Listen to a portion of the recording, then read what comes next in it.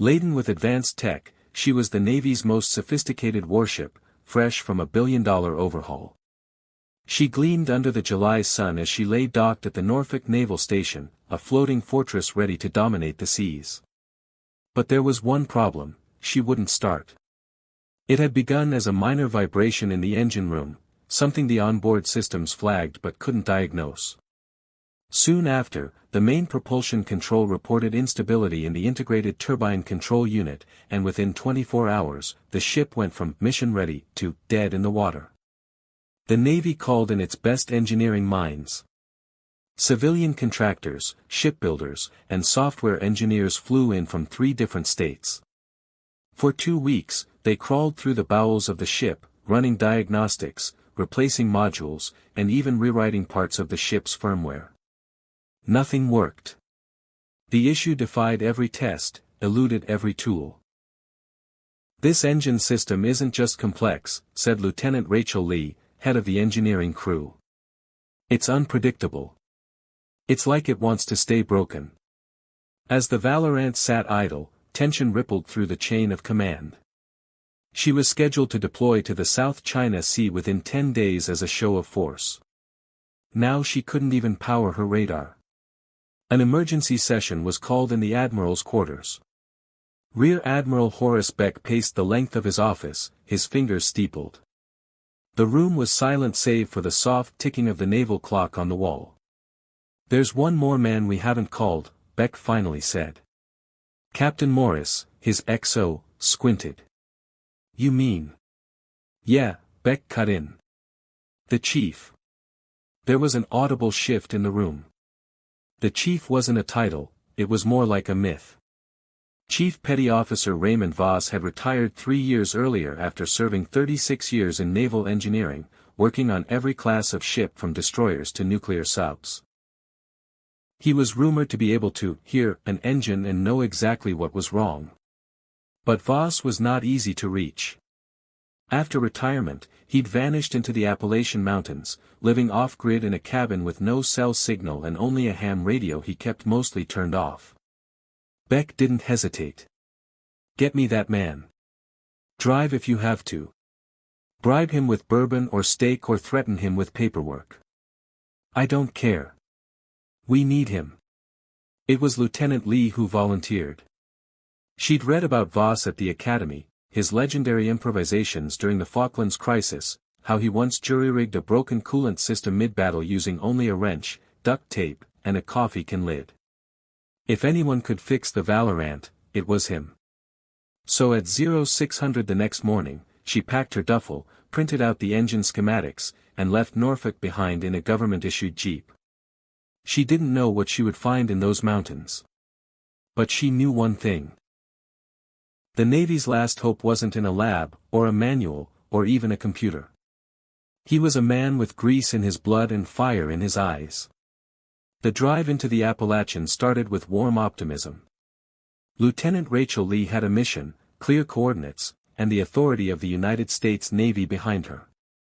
But after 3 hours of winding mountain roads and the sudden death of her GPS signal, that confidence started to thin. Voss's last known address was listed as Old Mill Road, near Black Tooth Ridge. There were no road signs. No cell towers. Just gravel paths disappearing into thick woods and the occasional black bear lumbering through the trees. Rachel stopped at a rundown general store to ask directions. The clerk, an old man with a beard like tangled fishing wire, looked up from his chewing tobacco and grinned.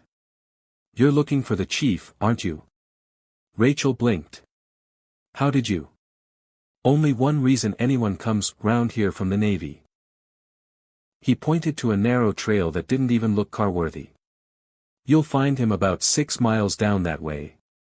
Cabin with a chimney made out of ship parts." Sure enough, nearly an hour later, Rachel found it. A modest cabin sat tucked between pines and oak, its chimney stacked with pieces of what she recognized as exhaust ducting from an old destroyer. A faded Navy flag hung from the porch, its stitching frayed by time. She stepped out of the jeep and took a breath. "Chief Raymond Voss," she shouted. "Lieutenant Rachel Lee, U.S. Navy. We need your help." Silence. Then, the door creaked open. A tall, broad man stepped out, his hair now more gray than black, but his eyes sharp as ever. His beard was trimmed like he'd cut it with a pocketknife. He wore a plain t-shirt stained with engine grease and jeans older than Rachel. "No one's called me chief in a long time," he said, voice deep, slow, and rough as gravel. Rachel saluted. "Sir, I've come on behalf of Rear Admiral Beck. The USS Valorant is inoperable. We've exhausted all resources. The situation is classified, but the bottom line is, we need you." Voss studied her. "You drove out here to tell me that?" "Yes, sir." "You bring coffee?" She blinked. "Excuse me. I don't talk ship problems before coffee. That's a rule." 10 minutes later, they sat at a wooden table inside, sipping from mismatched mugs. Schematics were spread between them, lit by sunlight cutting through a dusty window. Rachel explained everything: the mysterious engine failure, the scrambled diagnostics, the best mind stumped. Voss didn't interrupt.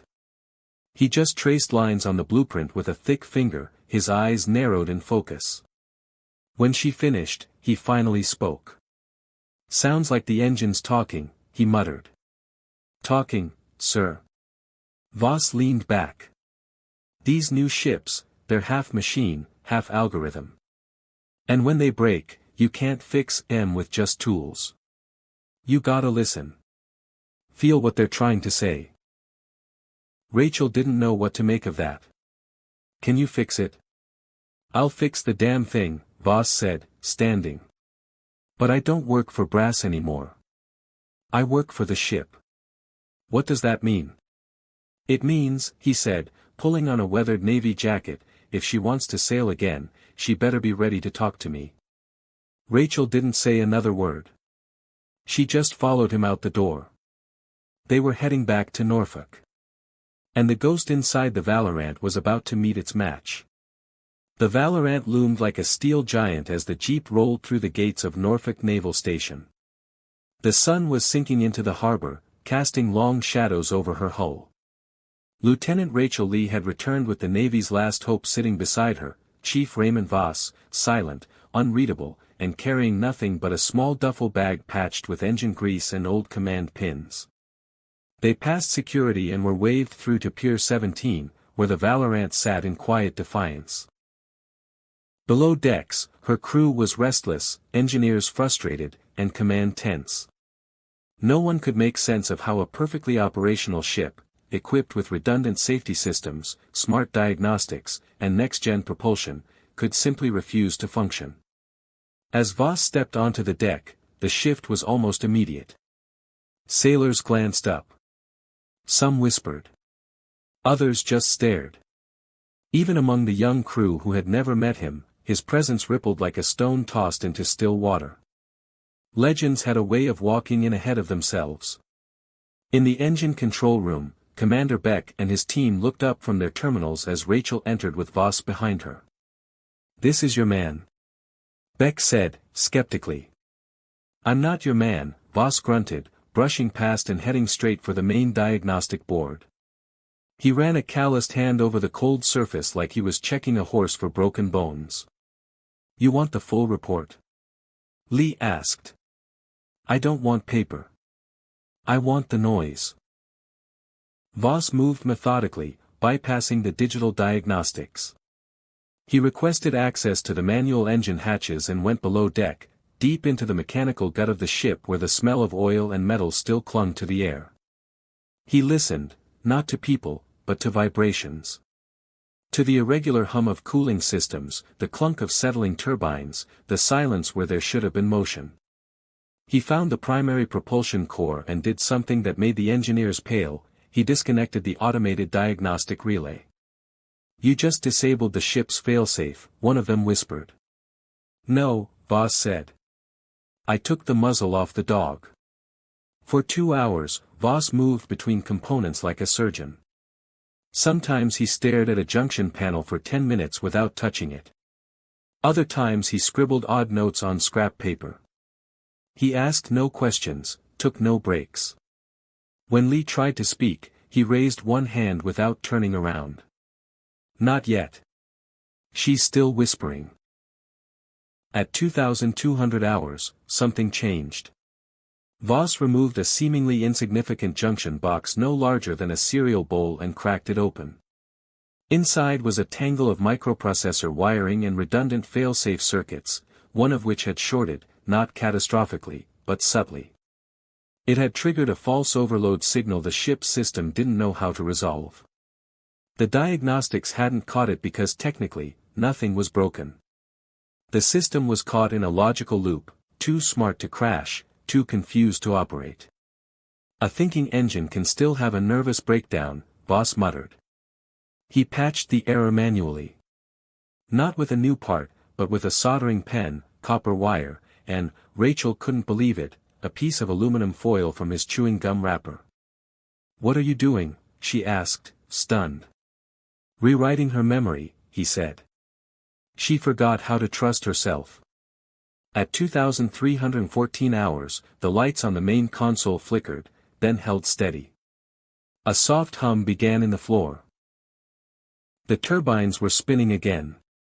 A junior officer ran down the corridor shouting, "The engine's live." Cheers erupted across the engineering deck. But Voss didn't smile. He just turned to Rachel and said, "She's not fixed yet. She's just breathing again. Tomorrow, we make her walk." By dawn, word had spread across the Valorant and beyond, the engines were alive. The ship was no longer silent. She vibrated faintly beneath the steel floors, a deep, reassuring thrum like a giant heart slowly remembering its rhythm. Sailors who had spent the last month chasing ghosts now stood in the passageways, whispering about the man who made it happen. The chief, they called him, reverently, like he wasn't just a person but something older, part legend, part priest of steel. But Raymond Voss wasn't satisfied. To him, fixing an engine wasn't just about noise. It was about trust. And right now, he didn't trust her. Not yet. "I don't fix parts," he told Lee as they stood over the propulsion interface. "I fix behavior. Ships have memory. Sometimes they remember how to brake." The engineers didn't know what to make of him. They worked by flowcharts and protocols. Voss worked by instinct and gut, like a man tuning a piano by feel while blindfolded. He had them shut down the entire propulsion system, not once but twice, and manually reboot it from analog controls no one had used in years. At one point, he even bypassed the central AI core and temporarily rerouted power through a backup naval archive system that hadn't been accessed since commissioning day. "Why?" a frustrated technician asked. "Because she needs to forget what happened," Voss said, voice like a low growl. "You ever have a nightmare so bad you forget how to wake up? That's what this ship is stuck in." By midday, he initiated what he called a confidence test. It wasn't standard Navy protocol, there were no manuals for what he was doing. He took the Valorant out of dry dock under tug assist and had her moved into the outer harbor. No mission. No destination. Just her, the sea, and her engines. Inside the bridge, Lee stood watching as Voss operated a secondary throttle console with all the care of a conductor coaxing music from a reluctant symphony. The ship lurched, hesitated, then responded. The turbines picked up speed. Water churned behind the stern. "She's moving," someone said in disbelief. Not a single alarm blared. The system remained stable. Voss didn't celebrate. He pushed her harder. He had her turn. Then reverse. Then push to 80% power. Each time, he watched her like a parent watches a child take its first steps after surgery. At one point, he simply placed his palm on the wall near the control panel and closed his eyes. "She's learning to trust herself again," he said quietly. By late afternoon, the ship returned to dock. The test had been a complete success. Every system held. Every response was clean. The ghost was gone. As the crew celebrated, Voss quietly gathered his tools, wrapped the gum-foil patch in a napkin, and slid it into his jacket pocket like a trophy no one would understand. "You really believe ships have memories?" Lee asked him as they stood on the pier. Voss looked out at the water, then back at the ship. "They carry the voices of every hand that's ever touched them. They don't forget. And when you treat them like machines, they break like people." Rachel didn't know what to say. She didn't need to. Voss nodded once, then started walking away, back toward the jeep, the mountains, and the silence that waited for him there. But before he climbed in, he turned and said, "Keep her steady. She'll tell you if something's wrong next time." Then he was gone. Weeks passed. The USS Valorant didn't just return to operational status, she became the most reliable vessel in the fleet. Her systems ran smoother than they had since commissioning. Power surges, false alarms, and the phantom glitches that had haunted her vanished without explanation. Every engineer on board quietly credited the chief, though his name never made it into the official logs. Rear Admiral Beck ordered a full debrief to be compiled on the repair. Lieutenant Rachel Lee submitted it with as much technical language as she could muster, but she knew the truth wouldn't live on paper. You couldn't write down instinct. You couldn't footnote intuition. And no one in the Navy was ready to accept that the most advanced warship in the world had been rescued by a man with a soldering pen and a gum wrapper. The Navy offered Voss a consulting role, twice his old salary, full benefits, his own office on base. He never responded. He'd left behind no address, no phone number, no trail. Just a duffel bag of parts that didn't work and a folded note slipped into Rachel's jacket pocket the night he disappeared. It read, "Don't let the noise drown the feel. Ships are more than systems. Listen close. Stay sharp. Chief." She kept it tucked inside her field manual, right next to the Valorant schematics. Over time, Rachel earned a reputation of her own. Engineers began asking her what the chief would do. She taught her team to read not just charts but behavior, how engines breathed, how metal flexed under heat, how a ship felt when something was off. It was less science, more art. But it worked. 3 months later, the Valorant deployed to the South China Sea under full combat readiness. Not a single error flared during the 90-day patrol. Not one. And deep in the Appalachian woods, miles away from any signal, Chief Raymond Voss sat by a small fire, tuning a portable generator that didn't need tuning. A Navy patch rested on the table next to his mug. The radio buzzed softly, one of the encrypted channels from Norfolk, carrying fragments of chatter from the fleet. Voss didn't say much. He just listened. And when he heard the call sign, Valorant, he smiled. Ships were like people. They didn't just need to be understood. They needed to be heard. And somewhere out there, his ship, because it would always be his ship, was sailing strong. Alive. Remembered.